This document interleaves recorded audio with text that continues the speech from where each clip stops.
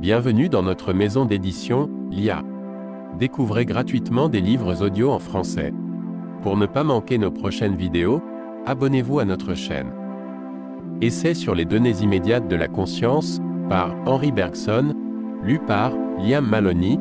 Pour améliorer votre expérience de lecture, vous pouvez activer le sous-titrage et ajuster la vitesse de lecture.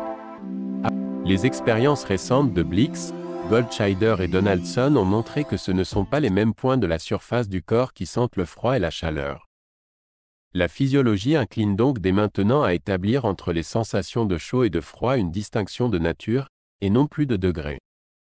Mais l'observation psychologique va plus loin, car une conscience attentive trouverait sans peine des différences spécifiques entre les diverses sensations de chaleur, comme aussi entre les sensations de froid.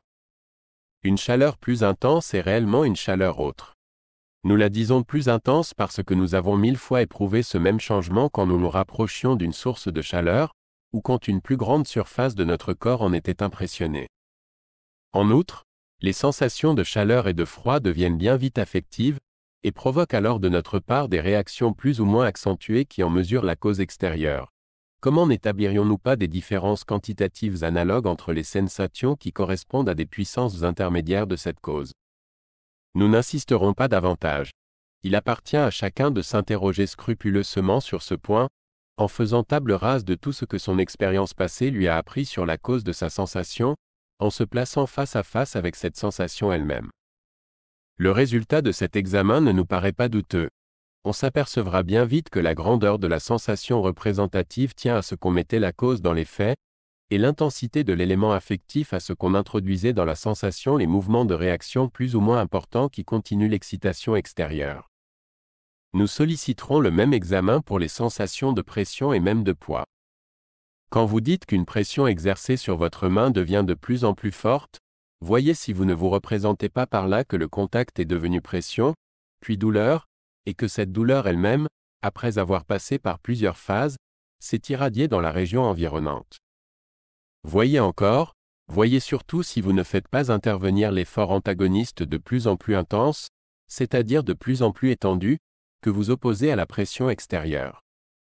Lorsque le psychophysicien soulève un poids plus lourd, il éprouve, dit-il, un accroissement de sensation. Examinez si cet accroissement de sensation ne devrait pas plutôt s'appeler une sensation d'accroissement. Toute la question est là, car dans le premier cas la sensation serait une quantité, comme sa cause extérieure, et dans le second une qualité, devenue représentative de la grandeur de sa cause. La distinction du lourd et du léger pourra paraître aussi arriérée, aussi naïve que celle du chaud et du froid. Mais la naïveté même de cette distinction en fait une réalité psychologique. Et non seulement le lourd et le léger constituent pour notre conscience des genres différents, mais les degrés de légèreté et de lourdeur sont autant d'espèces de ces deux genres. Il faut ajouter que la différence de qualité se traduit spontanément ici en différence de quantité, à cause de l'effort plus ou moins étendu que notre corps fournit pour soulever un poids donné. Vous vous en convaincrez sans peine si l'on vous invite à soulever un panier que l'on vous aura dit rempli de ferraille, alors qu'il est vide en réalité. Vous croirez perdre l'équilibre en le saisissant, comme si des muscles étrangers s'étaient intéressés par avance à l'opération et en éprouvaient un brusque désappointement. C'est surtout au nombre et à la nature de ces efforts sympathiques, accomplis sur divers points de l'organisme, que vous mesurez la sensation de pesanteur en un point donné, et cette sensation ne serait qu'une qualité si vous n'y introduisiez ainsi l'idée d'une grandeur. Ce qui fortifie d'ailleurs votre illusion sur ce point, c'est l'habitude contractée de croire à la perception immédiate d'un mouvement homogène dans un espace homogène. Quand je soulève avec le bras un poids léger, tout le reste de mon corps demeurant immobile, j'éprouve une série de sensations musculaires dont chacune a son signe local, sa nuance propre. C'est cette série que ma conscience interprète dans le sens d'un mouvement continu dans l'espace. Si je soulève ensuite à la même hauteur et avec la même vitesse un poids plus lourd, je passe par une nouvelle série de sensations musculaires, dont chacune diffère du terme correspondant de la série précédente, c'est de quoi je me convaincrai sans peine en les examinant bien. Mais comme j'interprète cette nouvelle série, elle aussi, dans le sens d'un mouvement continu, comme ce mouvement a la même direction, la même durée et la même vitesse que le précédent, il faut bien que ma conscience localise ailleurs que dans le mouvement lui-même la différence entre la seconde série de sensations et la première. Elle matérialise alors cette différence à l'extrémité du bras qui se meut. Elle se persuade que la sensation du mouvement a été identique dans les deux cas, tandis que la sensation de poids différait de grandeur. Mais mouvement et poids sont des distinctions de la conscience réfléchie. La conscience immédiate a la sensation d'un mouvement pesant, en quelque sorte, et cette sensation elle-même se résout à l'analyse en une série de sensations musculaires, dont chacune représente par sa nuance le lieu où elle se produit, et par sa coloration la grandeur du poids qu'on soulève. Appellerons-nous quantité ou traiterons-nous comme une qualité l'intensité de la lumière? On n'a peut-être pas assez remarqué la multitude d'éléments très différents qui concourent, dans la vie journalière, à nous renseigner sur la nature de la source lumineuse. Nous savons de longue date que cette lumière est éloignée, ou près de s'éteindre, quand nous avons de la peine à démêler les contours et les détails des objets. L'expérience nous a appris qu'il fallait attribuer à une puissance supérieure de la cause cette sensation affective, prélude de l'éblouissement, que nous éprouvons dans certains cas. Selon qu'on augmente ou qu'on diminue le nombre des sources de lumière, les arêtes des corps ne se détachent pas de la même manière, non plus que les ombres qu'ils projettent. Mais il faut faire une part plus large encore, croyons-nous, au changement de teinte que subissent les surfaces colorées, même les couleurs pures du spectre, sous l'influence d'une lumière plus faible ou plus brillante. À mesure que la source lumineuse se rapproche, le violet prend une teinte bleuâtre, le vert tend au jaune blanchâtre et le rouge au jaune brillant. Inversement, quand cette lumière s'éloigne, le bleu d'outre-mer passe au violet, le jaune au vert. Finalement le rouge, le vert et le violet se rapprochent du jaune blanchâtre. Ces changements de teinte ont été remarqués depuis un certain temps par les physiciens. Mais ce qui est autrement remarquable, selon nous, c'est que la plupart des hommes ne s'en aperçoivent guère, à moins d'y prêter attention ou d'en être avertis. Décidés à interpréter les changements de qualité en changements de quantité, nous commençons par poser en principe que tout objet a sa couleur propre, déterminée et invariable.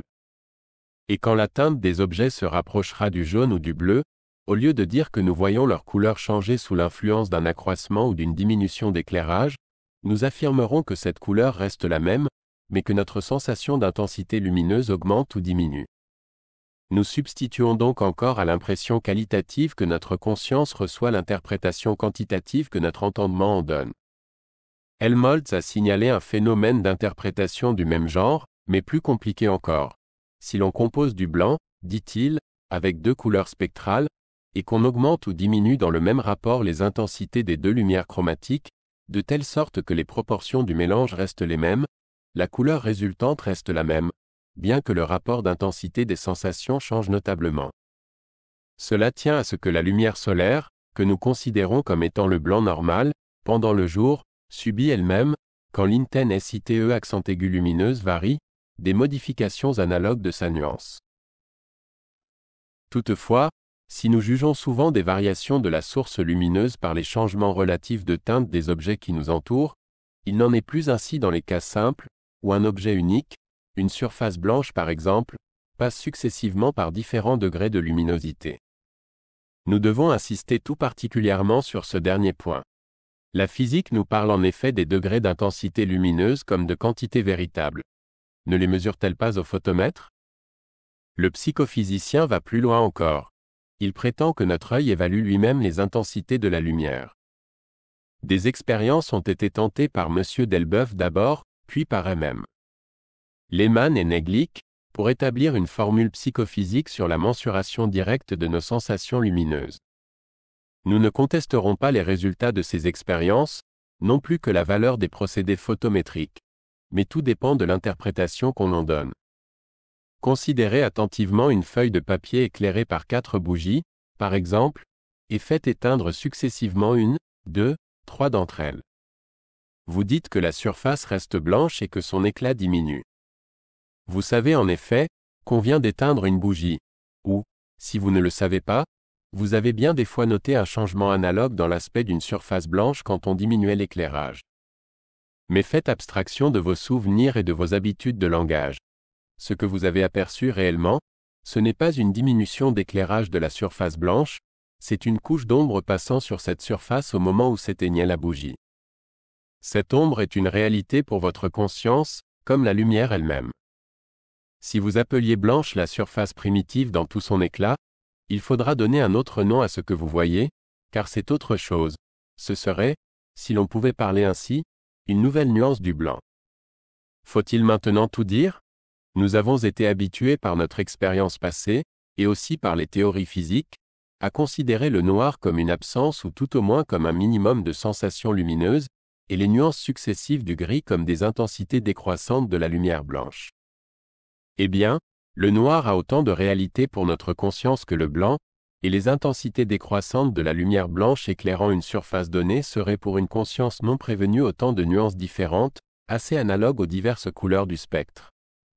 Ce qui le prouve bien, c'est que le changement n'est pas continu dans la sensation comme dans sa cause extérieure, c'est que la lumière peut croître ou diminuer pendant un certain temps sans que l'éclairage de notre surface blanche nous paraisse changer. Il ne paraîtra changer, en effet, que lorsque l'accroissement ou la diminution de la lumière extérieure suffiront à la création d'une qualité nouvelle. Les variations d'éclat d'une couleur donnée, abstraction faite des sensations affectives dont il a été parlé plus haut, se réduiraient donc à des changements qualitatifs, si nous n'avions pas contracté l'habitude de mettre la cause dans les faits, et de substituer à notre impression naïve ce que l'expérience et la science nous apprennent.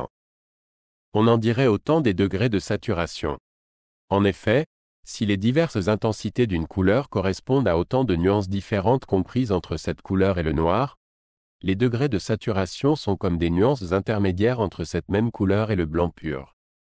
Toute couleur, dirions-nous, peut être envisagée sous un double aspect, au point de vue du noir et au point de vue du blanc. Le noir serait à l'intensité ce que le blanc est à la saturation. On comprendra maintenant le sens des expériences photométriques. Une bougie, placée à une certaine distance d'une feuille de papier, l'éclaire d'une certaine manière. Vous doublez la distance, et vous constatez qu'il faut 4 bougies pour éveiller en vous la même sensation. De là vous concluez que, si vous aviez doublé la distance sans augmenter l'intensité de la source lumineuse, l'effet d'éclairage eût été 4 fois moins considérable. Mais il est trop évident qu'il s'agit ici de l'effet physique, et non pas psychologique. Car on ne peut pas dire que nous ayons comparé 2 sensations entre elles. Nous avons utilisé une sensation unique, pour comparer entre elles 2 sources lumineuses différentes, la seconde quadruple de la première mais 2 fois plus éloignée qu'elle.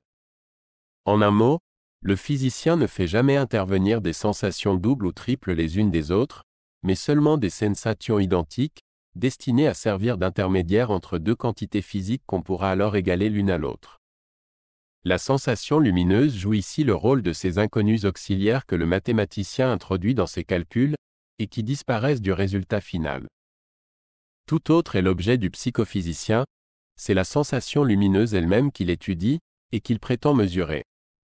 Tantôt il procédera à une intégration de différences infiniment petites, selon la méthode de Fechner. Tantôt il comparera directement une sensation à une autre sensation. Cette dernière méthode, due à Plato et à Delboeuf, diffère beaucoup moins qu'on ne l'a cru jusqu'ici de celle de Fechner. Mais, comme elle porte plus spécialement sur les sensations lumineuses, nous nous en occuperons d'abord. Monsieur Delboeuf place un observateur en présence de 3 anneaux concentriques à éclat variable. Un dispositif ingénieux lui permet de faire passer chacun de ces anneaux par toutes les teintes intermédiaires entre le blanc et le noir. Supposons 2 de ces teintes grises simultanément produites sur 2 anneaux, et maintenues invariables. Nous les appellerons A et B par exemple.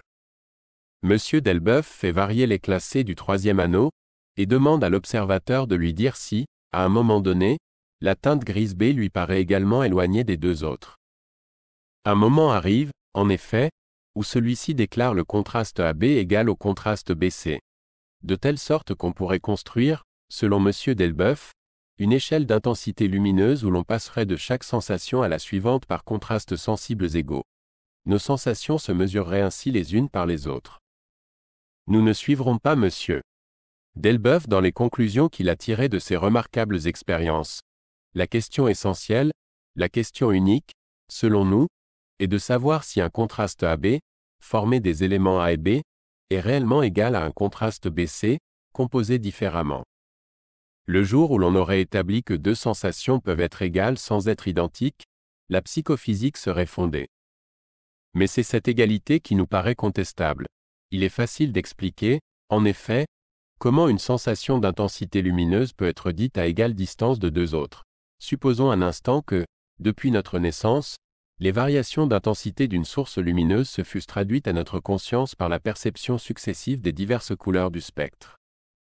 Il n'est pas douteux que ces couleurs nous apparaîtraient alors comme autant de notes d'une gamme, comme des degrés plus ou moins élevés dans une échelle, comme des grandeurs en un mot. D'autre part, il nous serait facile d'assigner à chacune d'elles sa place dans la série. En effet, si la cause extensive varie d'une manière continue, la sensation colorée change d'une manière discontinue, passant d'une nuance à une autre nuance. Quelque nombreuses que puissent donc être les nuances intermédiaires entre deux couleurs A et B, on pourra toujours les compter par la pensée, du moins grossièrement, et vérifier si ce nombre est à peu près égal à celui des nuances qui séparent B d'une autre couleur C. Dans ce dernier cas, on dira que B est également distant de A et de C, que le contraste est le même de part et d'autre.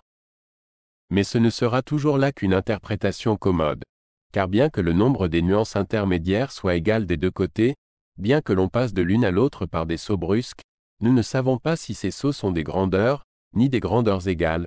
Surtout, il faudrait nous montrer que les intermédiaires qui ont servi à la mesure se retrouvent, en quelque sorte, au sein de l'objet mesuré. Sinon, c'est par métaphore seulement qu'une sensation pourra être dite à égale distance de deux autres. Or, si l'on veut bien nous accorder ce que nous disions plus haut des intensités lumineuses, on reconnaîtra que les diverses teintes grises présentées par M. Delboeuf à notre observation sont tout à fait analogues, pour notre conscience, à des couleurs, et que si nous déclarons une teinte grise équidistante de deux autres teintes grises, c'est dans le même sens où l'on pourrait dire que l'orangé, par exemple, est à égale distance du vert et du rouge. Seulement il y a cette différence que, dans toute notre expérience passée, la succession des teintes grises s'est produite à propos d'une augmentation ou d'une diminution progressive d'éclairage. De là vient que nous faisons pour les différences d'éclat ce que nous ne songeons pas à faire pour les différences de coloration. Nous érigeons les changements de qualité en variations de grandeur. La mesure se fait d'ailleurs sans peine, parce que les nuances successives du gris amenées par une diminution continue d'éclairage sont discontinues, étant des qualités, et que nous pouvons compter approximativement les principaux intermédiaires qui séparent deux d'entre elles. Le contraste AB sera donc déclaré égal au contraste BC quand notre imagination, aidée de notre mémoire, interposera de part et d'autre le même nombre de points de repère. Cette appréciation devra d'ailleurs être des plus grossières, et l'on peut prévoir qu'elle variera considérablement avec les personnes. Surtout, il faut s'attendre à ce que les hésitations et les écarts d'appréciation soient d'autant plus marqués qu'on augmentera davantage la différence d'éclat entre les anneaux A et B, car un effort de plus en plus pénible sera requis pour évaluer le nombre des teintes intercalaires. C'est précisément ce qui arrive, comme on s'en convaincra sans peine, en jetant un coup d'œil sur les deux tableaux dressés par M. Delboeuf. À mesure qu'il fait croître la différence d'éclat entre l'anneau extérieur et l'anneau moyen, l'écart entre les chiffres auxquels s'arrête tour à tour un même observateur ou des observateurs différents augmente d'une manière à peu près continue de 3 degrés à 94, de 5 à 73, de 10 à 25, de 7 à 40. Mais laissons de côté ces écarts. Supposons que les observateurs soient toujours d'accord avec eux-mêmes, toujours d'accord entre eux. Aura-t-on établi que les contrastes AB et BC soient égaux? Il faudrait d'abord avoir prouvé que deux contrastes élémentaires successifs sont des quantités égales, et nous savons seulement qu'ils sont successifs. Il faudrait ensuite avoir établi qu'on retrouve dans une teinte grise donnée les teintes inférieures par lesquelles notre imagination a passé pour évaluer l'intensité objective de la source de lumière. En un mot, la psychophysique de M. Delboeuf suppose un postulat théorique de la plus haute importance, qui se dissimule en vain sous des apparences expérimentales, et que nous formulerions ainsi: quand on fait croître d'une manière continue la quantité objective de lumière, les différences entre les teintes grises successivement obtenues, différences qui traduisent chacune le plus petit accroissement perçu d'excitation physique, sont des quantités égales entre elles. Et de plus, on peut égaler l'une quelconque des sensations obtenues à la somme des différences qui séparent les unes des autres les sensations antérieures, depuis la sensation nulle. Or, c'est là précisément le postulat de la psychophysique de Fechner, que nous allons examiner. Fechner est parti d'une loi découverte par Weber et d'après laquelle, étant donné une certaine excitation provoquant une certaine sensation, la quantité d'excitation qu'il faut ajouter à la première pour que la conscience s'aperçoive d'un changement sera dans un rapport constant avec elle. Ainsi, en désignant par E l'excitation qui correspond à la sensation S, et par incrément E la quantité d'excitation de même nature qu'il faut ajouter à la première pour qu'une sensation de différence se produise, on aurait, cette formule a été profondément modifiée par les disciples de Fechner. Nous n'interviendrons pas dans le débat, il appartient à l'expérience de décider entre la relation établie par Weber et celle qu'on y substitue. Nous ne ferons d'ailleurs aucune difficulté pour admettre l'existence probable d'une loi de ce genre. Il ne s'agit pas ici, en effet, de mesurer la sensation, mais seulement de déterminer le moment précis où un accroissement d'excitation la fait changer. Or, si une quantité déterminée d'excitation produit une nuance déterminée de sensation, il est clair que la quantité minima d'excitation exigée pour provoquer un changement de cette nuance est déterminée aussi, et puisqu'elle n'est pas constante, elle doit être fonction de l'excitation à laquelle elle s'ajoute. Mais comment passer, d'une relation entre l'excitation et son accroissement minimum, à une équation qui lie la quantité de la sensation à l'excitation correspondante? Toute la psychophysique est dans ce passage, qu'il importe d'étudier attentivement. Nous distinguerons plusieurs artifices différents dans l'opération par laquelle on passe, des expériences de Weber ou de toute autre série d'observations analogues, à une loi psychophysique comme celle de Fechner. On convient d'abord de considérer comme un accroissement de la sensation S la conscience que nous avons d'un accroissement d'excitation. On l'appellera donc. On pose ensuite en principe que toutes les sensations correspondant au plus petit accroissement perceptible d'une excitation sont égales entre elles. On les traite alors comme des quantités, et ces quantités étant toujours égales, d'une part, tandis que d'autre part l'expérience a donné entre l'excitation E et son accroissement minimum une certaine relation, on exprime la constance de en écrivant C étant une quantité constante. On convient enfin de remplacer les différences très petites et par les différences infiniment petites et, d'où une équation cette fois différentielle.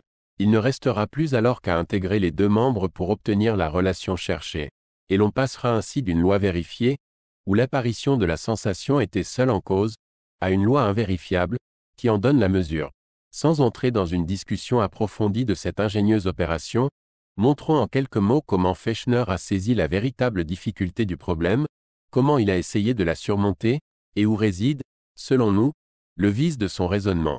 Fechner a compris qu'on ne saurait introduire la mesure en psychologie sans y définir d'abord l'égalité et l'addition des deux états. D'autre part, à moins d'être identiques, on ne voit pas d'abord comment deux sensations seraient égales. Sans doute, dans le monde physique, égalité n'est point synonyme d'identité. Mais c'est que tout phénomène, tout objet, s'y présente sous un double aspect, l'un qualitatif, l'autre extensif. Rien n'empêche de faire abstraction du premier, et il ne reste plus alors que des termes capables d'être superposés directement ou indirectement l'un à l'autre, et de s'identifier ensemble par conséquent. Or, cet élément qualitatif, que l'on commence par éliminer des choses extérieures pour en rendre la mesure possible, est précisément celui que la psychophysique retient et prétend mesurer. Et c'est en vain qu'elle chercherait à évaluer cette qualité Q par quelque quantité physique Q, située au-dessous d'elle, car il faudrait préalablement avoir montré que Q est fonction de Q, et ceci ne pourrait se faire que si l'on avait d'abord mesuré la qualité Q avec quelque fraction d'elle-même. Ainsi, rien n'empêcherait de mesurer la sensation de chaleur par le degré de température. Mais ce ne serait là qu'une convention, et la psychophysique consiste précisément à repousser cette convention et à chercher comment la sensation de chaleur varie quand varie la température. Bref, il semble que deux sensations différentes ne puissent être dites égales que si quelques fonds identiques demeurent après l'élimination de leurs différences qualitatives. Et, d'autre part, cette différence qualitative étant tout ce que nous sentons, on ne voit pas ce qui pourrait subsister une fois qu'on l'aurait éliminé. L'originalité de Fechner est de n'avoir pas jugé cette difficulté insurmontable. Profitant de ce que la sensation varie par saut brusque quand l'excitation croît d'une manière continue, il n'a pas hésité à désigner ces différences de sensation par le même nom. Ce sont des différences minima, en effet, puisqu'elles correspondent chacune au plus petit accroissement perceptible de l'excitation extérieure. Dès lors, vous pouvez faire abstraction de la nuance ou qualité spécifique de ces différences successives. Un fond commun demeurera par où elles s'identifieront en quelque sorte ensemble. Elles sont minima les unes et les autres. Voilà la définition cherchée de l'égalité. Celle de l'addition suivra naturellement. car si l'on traite comme une quantité la différence aperçue par la conscience entre deux sensations qui se succèdent le long d'un accroissement continu d'excitation, si l'on appelle la première S et la seconde, on devra considérer toute sensation S comme une somme, obtenue par l'addition des différences minima que l'on traverse avant de l'atteindre. Il ne restera plus alors qu'à utiliser cette double définition pour établir une relation entre les différences d'abord, puis, par l'intermédiaire des différentiels, entre les deux variables. Il est vrai que les mathématiciens pourront protester ici contre le passage de la différence à la différentielle. Les psychologues se demanderont si la quantité, au lieu d'être constante, ne varierait pas comme la sensation S elle-même. Enfin l'on discutera sur le sens véritable de la loi psychophysique, une fois établie. Mais par cela seul que l'on considère comme une quantité et S comme une somme, on admet le postulat fondamental de l'opération entière. Or, c'est ce postulat qui nous paraît contestable, et même assez peu intelligible. Supposez, en effet, que j'éprouve une sensation S, et que, faisant croître l'excitation d'une manière continue, je m'aperçoive de cet accroissement au bout d'un certain temps. Me voilà averti de l'accroissement de la cause. Mais quel rapport établir entre cet avertissement et une différence? Sans doute l'avertissement consiste ici en ce que l'état primitif S a changé. Il est devenu S'. Mais pour que le passage de S à S' fût comparable à une différence arithmétique, il faudrait que j'eusse conscience, pour ainsi dire, d'un intervalle entre S et S, et que ma sensibilité montât de S à S' par l'addition de quelque chose. En donnant à ce passage un nom, en l'appelant incrément S, vous en faites une réalité d'abord, une quantité ensuite. Or, non seulement vous ne sauriez expliquer en quel sens ce passage est une quantité, mais vous vous apercevrez, en y réfléchissant, que ce n'est même pas une réalité. Il n'y a de réel que les états S et S' par lesquels on passe. Sans doute, si S et S' étaient des nombres, je pourrais affirmer la réalité de la différence S', lors même que S' et S seraient seules données. C'est que le nombre S', qui est une certaine somme d'unités, représentera précisément alors les moments succis SIFS de l'addition par laquelle on passe de S à S. Mais si S et S' sont des états simples, en quoi consistera l'intervalle qui les sépare? Et que sera donc le passage du premier état au second, sinon un acte de votre pensée, qui assimile arbitrairement, et pour le besoin de la cause, une succession de deux états à une différenciation de deux grandeurs, où vous vous en tenez à ce que la conscience vous donne, ou vous usez d'un mode de représentation conventionnel. Dans le premier cas, vous trouverez entre S et S' une différence analogue à celle des nuances de l'arc-en-ciel, et point du tout un intervalle de grandeur. Dans le second, vous pourrez introduire le symbole, si vous voulez, mais c'est par convention que vous parlerez de différence arithmétique, par convention aussi que vous assimilerez une sensation donnée à une somme. Le plus pénétrant des critiques de Fechner, M. Jules Tannery, a mis ce dernier point en pleine lumière. On dira, par exemple, qu'une sensation de 50 degrés est exprimée par le nombre de sensations différentielles qui se succéderaient depuis l'absence de sensation jusqu'à la sensation de 50 degrés. Je ne vois pas qu'il y ait là autre chose qu'une définition, aussi légitime qu'arbitraire. Nous ne croyons pas, quoi qu'on en ait dit, que la méthode des graduations moyennes ait fait entrer la psychophysique dans une voie nouvelle. L'originalité de M. Delboeuf a été de choisir un cas particulier où la conscience parut donner raison à Fechner, et où le sens commun fut lui-même psychophysicien. Il s'est demandé si certaines sensations ne nous apparaissaient pas IMME accent aigu diatement comme égales, quoique différentes, et si l'on ne pourrait pas dresser par leur intermédiaire un tableau de sensations doubles, triples, quadruples les unes des autres. L'erreur de Fechner, disions-nous, était d'avoir cru à un intervalle entre deux sensations successives S et S, alors que de l'une à l'autre il y a simplement passage, et non pas différence au sens arithmétique du mot. Mais si les deux termes entre lesquels le passage s'effectue pouvaient être donnés simultanément, il y aurait cette fois contraste en outre du passage.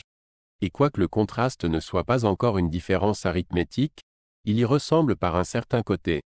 Les deux termes que l'on compare sont en présence l'un de l'autre comme dans une soustraction de deux nombres.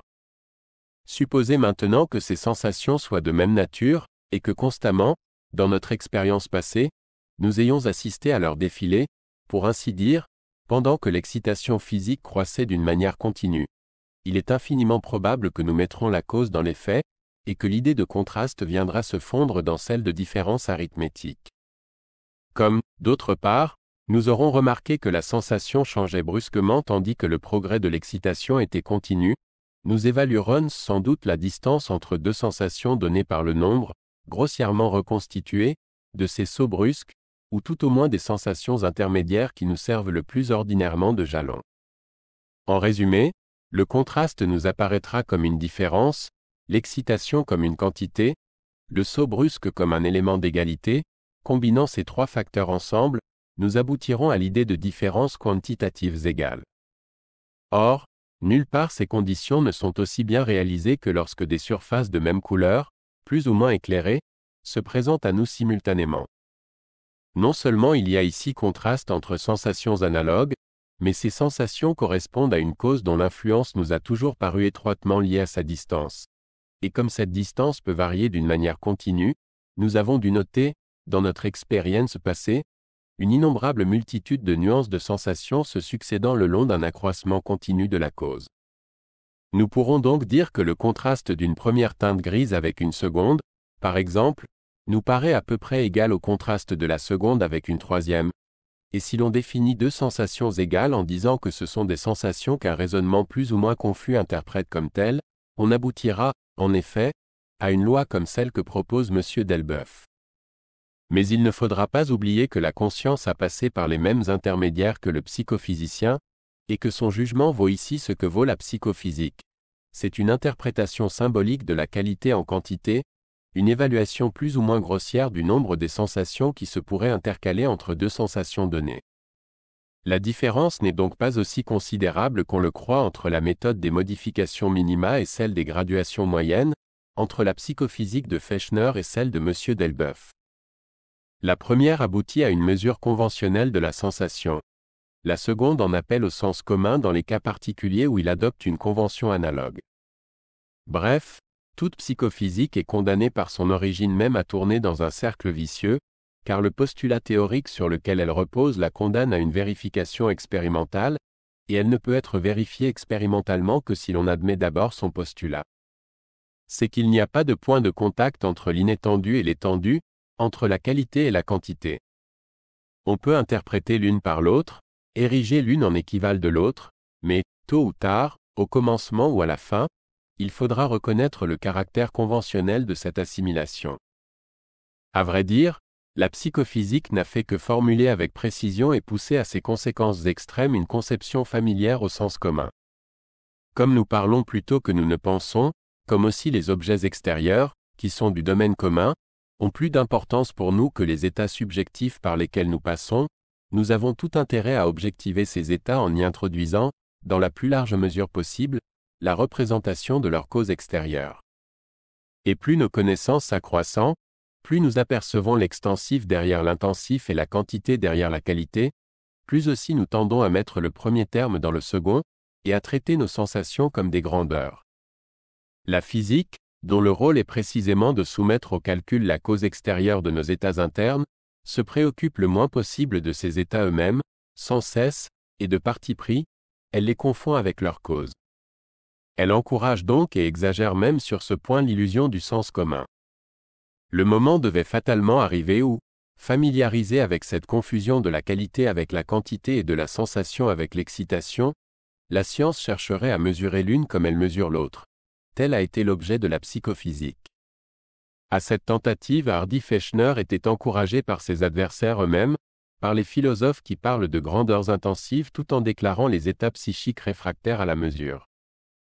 Si l'on admet, en effet, qu'une sensation puisse être plus forte qu'une autre sensation, et que cette inégalité réside dans les sensations mêmes, indépendamment de toute association d'idées, de toute considération plus ou moins consciente de nombre et d'espace, il est naturel de chercher de combien la première sensation surpasse la seconde, et d'établir un rapport quantitatif entre leurs intensités. Et il ne sert à rien de répondre, comme font souvent les adversaires de la psychophysique, que toute mesure implique superposition, et qu'il n'y a pas lieu de chercher un rapport numérique entre des intensités, qui ne sont pas choses superposables. Car il faudra alors expliquer pourquoi une sensation est dite plus intense qu'une autre sensation, et comment on peut appeler plus grandes ou plus petites des choses qui, on vient de le reconnaître, n'admettent point entre elles des relations de contenant à contenu. Que si, pour couper court à toute question de ce genre, on distingue deux espèces de quantités, l'une intensive, qui comporte seulement le plus et le moins, l'autre extensive, qui se prête à la mesure, on est bien près de donner raison à Fechner et aux psychophysiciens.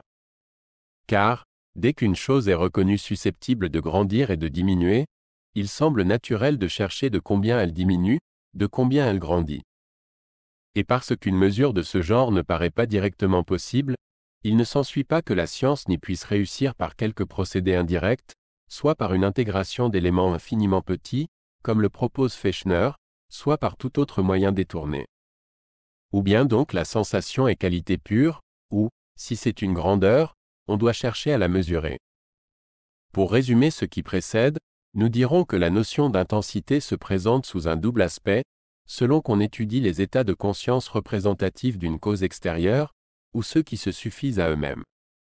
Dans le premier cas, la perception de l'intensité consiste dans une certaine évaluation de la grandeur de la cause par une certaine qualité de l'effet.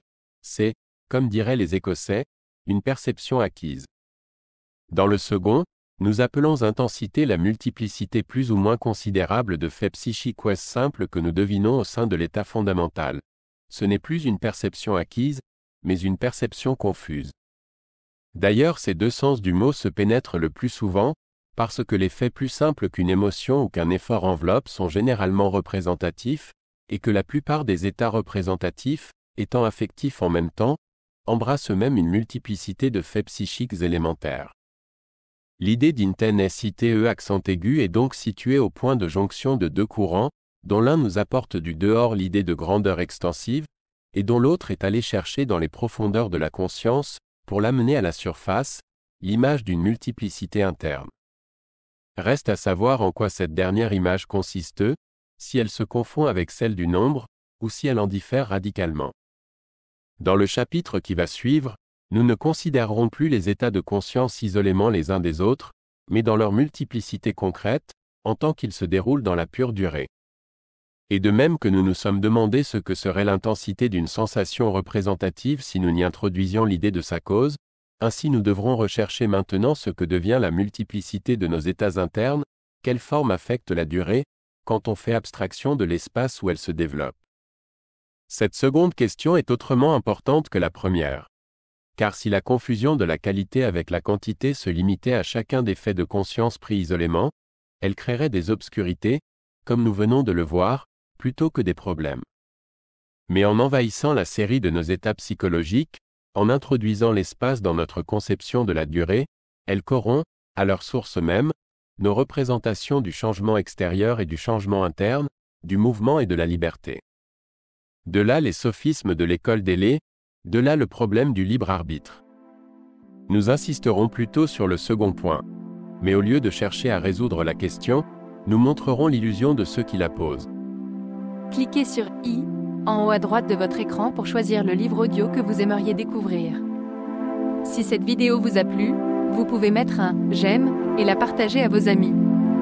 Par ailleurs, visitez notre bibliothèque sur audible.fr pour explorer notre vaste sélection de livres audio réalisés par l'IA.